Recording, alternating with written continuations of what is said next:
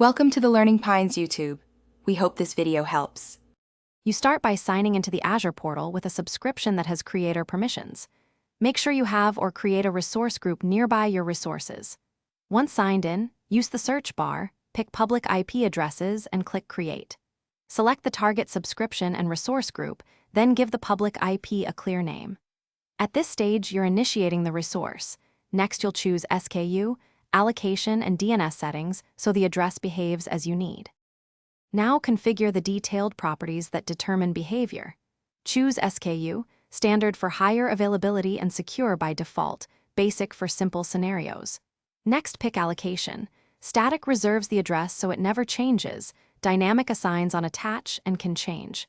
Set IP version IP4 or IP6 depending on your network.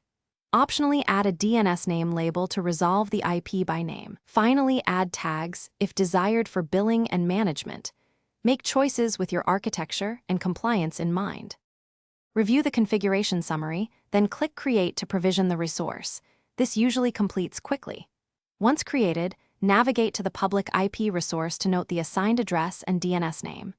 Associate it to the target NIC, load balancer, or gateway from the resource's configuration or the target's networking pane. Make sure network security groups and routing permit the desired traffic. If your IP doesn't work, check NSG rules, IP assignment on the VM or target resource, and verify DNS propagation. Those resolve most issues. Thanks for watching. Consider subscribing if we helped you.